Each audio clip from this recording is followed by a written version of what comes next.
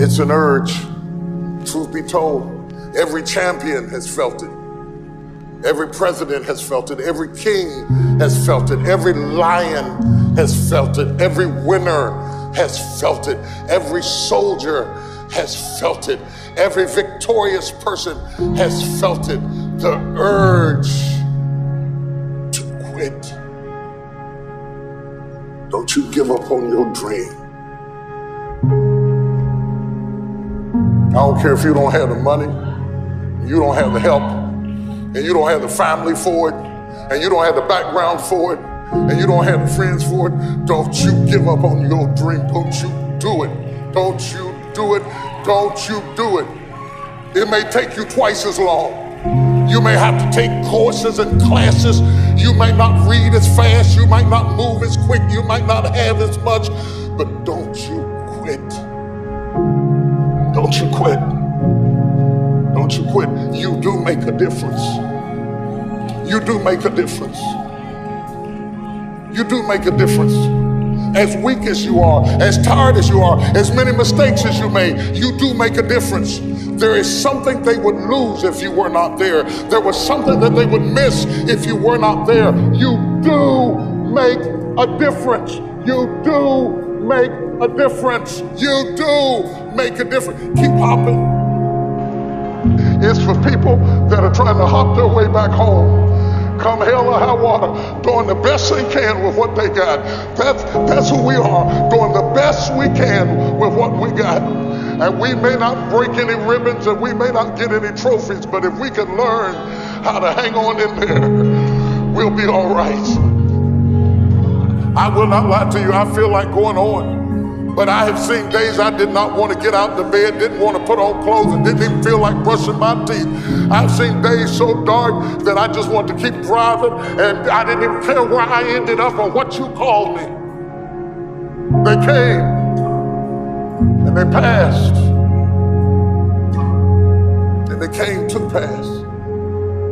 I kept the faith. I kept it. I lost a lot of stuff. I lost a lot of friends. I lost a lot of strength. I lost a lot of courage. I lost a lot of time. I lost a lot of money, but I kept down on my knees. I was still believing. Broke, I was believing. Lonely, I was believing. Betrayed, I was. If you lose a job, keep the faith. If you lose a spouse, keep the faith. If you bury your child, keep the faith. If you have to downsize, keep the faith. If you have to move in with your mama, keep the faith. If you're at your wit's end, keep the faith. If you have to catch the bus, keep the faith. If you have to dumb, keep the faith. If you get sick, keep the faith. If you lose your kidneys, keep the faith. If you got heart trouble, keep the faith. You might not get a new heart, but you gotta keep your faith.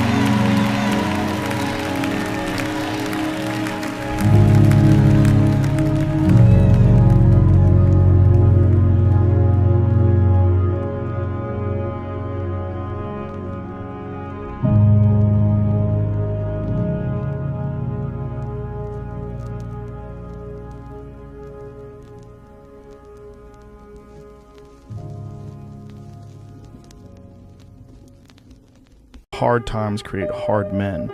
Hard men create soft times. Soft times create soft men. Soft men create hard times.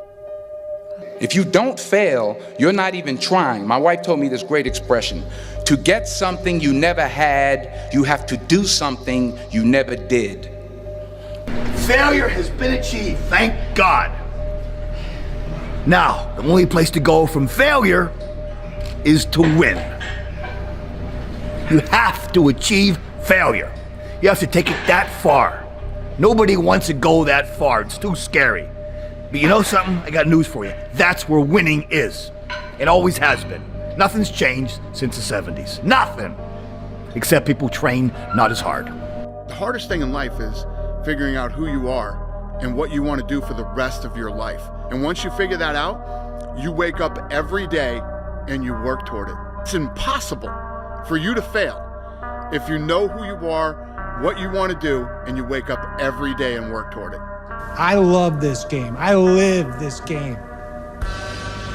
And there's 1,000 other guys waiting in the wings who are obsessed with this game. Obsession's gonna be talent every time. You got all the talent in the world, but are you obsessed? When you walk on that court, you have to think, I am the best ever. I'm the most brutal and vicious and most ruthless champion there's ever been. There's no one can stop me. Lynx is a conqueror. No, I'm Alexander. He's no Alexander. I'm the best ever. There's never been anybody ruthless. I'm Sonny Liston. I'm Jack Dempsey. There's no one like me. I'm from their claw. There's no one that can match me. My style is impetuous. My defense is impregnable. And I'm just ferocious. I want your heart. I want to eat his children. Les Brown's a motivational speaker. He made an analogy about this. He says, imagine you're on your deathbed, and standing around your deathbed are the ghosts representing your unfulfilled potential. The ghost of the ideas you never acted on. The ghost of the talents you didn't use. And they're standing around your bed, angry, disappointed, and upset. They say, we came to you because you could have brought us to life, they say. And now we have to go to the grave together. So I ask you today, how many ghosts are going to be around your bed when your time comes? Damn, Ron, come on! What's the matter with you? There is no tomorrow. There is no tomorrow. When I seen that Bentley at the boxing gym, and I seen that diamond Rolex, I said, I want that. And I knew what it took. So I know when my opponent is asleep, I'm out there at 4 or 5 in the morning, chopping trees, working, to this day. Because I can retire today. I'm well off, very comfortable.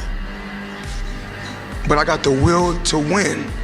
The truth in front of you is it sucks. It's painful. It's fucking mind-numbing. Because this is what it takes, creating another voice and sometimes going at it alone. All the time going at it alone, because no one's gonna believe it. And that's that. Work, work, work, work. No results, but I'm a little bit better. Work, work, work, work, work. Work, work, work, work. No results, but I'm a little bit better. Work, work, work, work, work. No results, I'm a little bit better. Work. Boom. Got paid. I just got paid. And it looks like overnight success. Yeah. It's like, oh, shit. It happened in a year. No, bro. It doesn't. Sacrifice temporary fun for permanent dreams, or sacrifice your permanent dreams for temporary fun. And you have to learn how to fail. A lot of us have big dreams, big goals. And when you have goals that are maybe outside your reach, you have to know that getting to that goal, you're gonna have a lot of bad days. So I had to teach myself how to fail right. And what that means is, when I fail, I can't spend much time in that fail zone. I have to be able to get up and get after the next day just as fast. I don't have time to stay here and feel bad for myself for weeks and months and years, because I'll lose that time. I would love to discuss something about the failures, mistakes we made. The thing I feel most thankful is all the mistakes, all the refuse that I got. Because without that, there will never be Alibaba. In the past 18 years, every day we make mistakes. Every day we were rejected. I think being rejected, being refused by people, that is very natural. Why people should help you? You have to prove yourself, then people would help you. Alibaba was not made today. Alibaba was made 18 years ago in my apartment. The believing that using internet empower others, using internet to help young people, small business, and women will have bright future. So it's been 18 years hard working we came here. Today, there are a lot of books about us. I don't read these books because I think these books not about us. People love to see successful stories, but most of the success stories, they succeed because of the mistakes. I encouraging all the young people, entrepreneurs, to learn from the mistakes. Do not study successful stories. Successful stories in the Harvard Business School, normally, there are a lot of things behind you don't know. But if you learn from the mistakes, if you learn, especially the failure case studies, it's going to help you. What I want to say, it's not about you. You learn from mistakes does not mean you will avoid mistakes. You will learn the attitude towards these mistakes and never give up fighting again. Of course, it's very painful when you're rejected, when you're refused. I went all around looking for money. Nobody give us the money. I all go around looking for partnerships. Nobody believed small business and e-commerce in China would work. I was very painful that day, and when I saw one movie, Forrest Gump. I love that movie, especially the sentence that Mom said, life like a box of chocolate. You never know what you're gonna get. So stay full. Stay foolish to your dream and continue to fight. So this is what we did as an entrepreneur. We never complain. When people complain, the opportunity comes. So if you can solve the complaints, that is your opportunity. So I love to, when I talk to the entrepreneurs, I feel excited. When I'm sitting there, listen to the entrepreneurs talk, I feel inspired. I feel we are the same animal. The difference between big company and small company is not about revenue. It's about the dream. The small companies have the dreams. Most of the big companies, when they get certain size, they only have KPI. As I said to myself early days, if there are 9 rabbits on the ground, if you want to catch the rabbit, don't change the rabbit, change yourself, stick to one rabbit. If you have the dream, stick to the dream. That is what I believe. Alibaba started 18 years ago. We never changed our dream. We believe e-commerce. We believe internet. We believe by helping young people, helping small business, and helping empower women, we will have the future. This is what we believe. 18 years ago, 18 people in my apartment. When we had this dream, when we started, everybody say, you guys are crazy. How can you do e-commerce? No infrastructure, no credit system, no logistics, no this, no that. How could you do internet? We say, if there's no logistic, let's build it. If there's no credit system, let's build it. That is why they need entrepreneurs.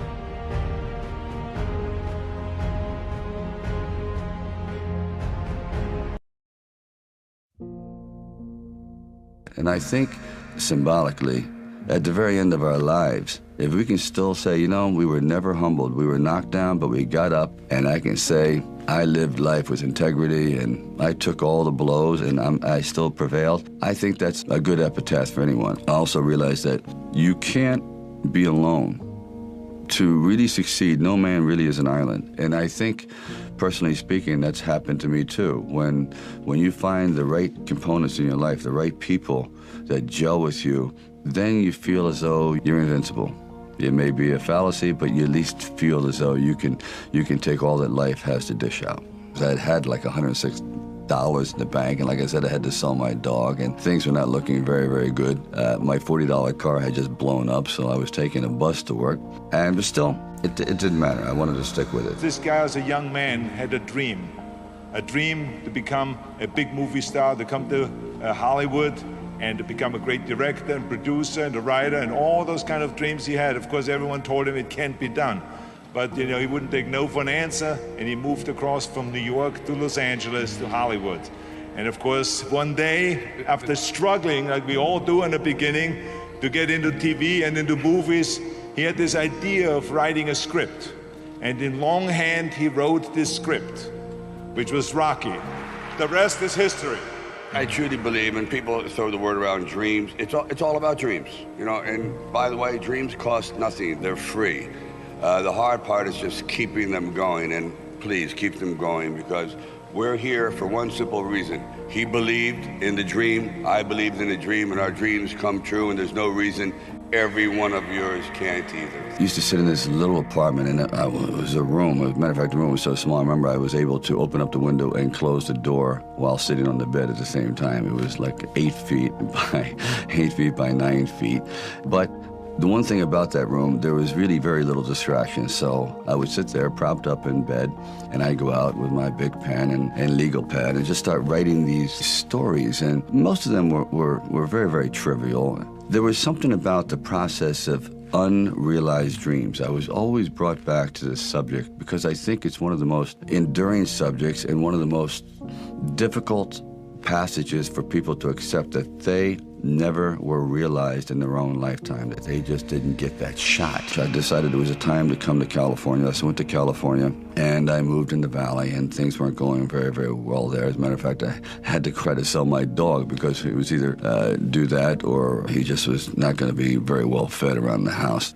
And then one night, I went to see Muhammad Ali fight Chuck Webb. For one brief moment, this supposed stumblebum turned out to be magnificent in the fact that he lasted and knocked the champion down. I said, boy, if this isn't a metaphor for life, his entire life crystallized at that moment. He will be remembered for all eternity, at least among the fight fans. He did something extraordinary. Now that is probably what I need as a catalyst for an idea. A man who's going to stand up to life and take one shot and maybe go the distance. So I started to write. I first met Bob Shardoff and Irwin Winkler, and I believe I was there on a casting call. So we're talking a little bit, and I guess I really wasn't right for the acting part. And on the way out, I said, oh, I don't know if it matters, but I do a little bit of writing. He goes, really? I said, well, he says, well, bring it around. I thought, if I hadn't stopped on the way out, that's why I tell all actors, don't give up, keep talking. Eventually you might hit a nerve somewhere and they go, come on back. And if they didn't say, come on back, or bring it later and let's see what you've developed, I wouldn't be sitting here. So I have to give incredible credit to their insight and their patience, and they're willing to take a chance, which it doesn't exist much anymore, unfortunately. Originally, when I brought the script to them, they were fairly enthusiastic about it. The one thing they were not enthusiastic about was me playing the part. The story about you not giving them the script without agreeing to you starring in it, that is true. Oh yeah, definitely. It was just one of those crossroads situations that every artist faces early on. Go left, go right, and if you make the wrong decision, you sometimes regret it forever. And I just knew I wasn't a very good student, but I decided I always understood dialogue, whatever, so I wrote something that I know I could do, that I could feel good with, and that could show everything that is possible in my repertoire. It was one of those things where you really roll the dice, and it paid off, but it was a big long shot. But there was something inside of me that this opportunity is never going to come around, and I really wasn't used to money, and I had no idea of what I would be missing, but the temptation started to come forward. First it was $25 grand, then $100,000. I go, well, I never heard of $100,000 because I had like $106 in the bank, and like I said, I had to sell my dog, and things were not looking very, very good. My $40 car had just blown up, so I was taking a bus to work, but still, it didn't matter. I wanted to stick with it. Then it went up to $150,000, $175,000, and it went up to $250,000. Now my head was starting to spin, and I thought, all right, you've really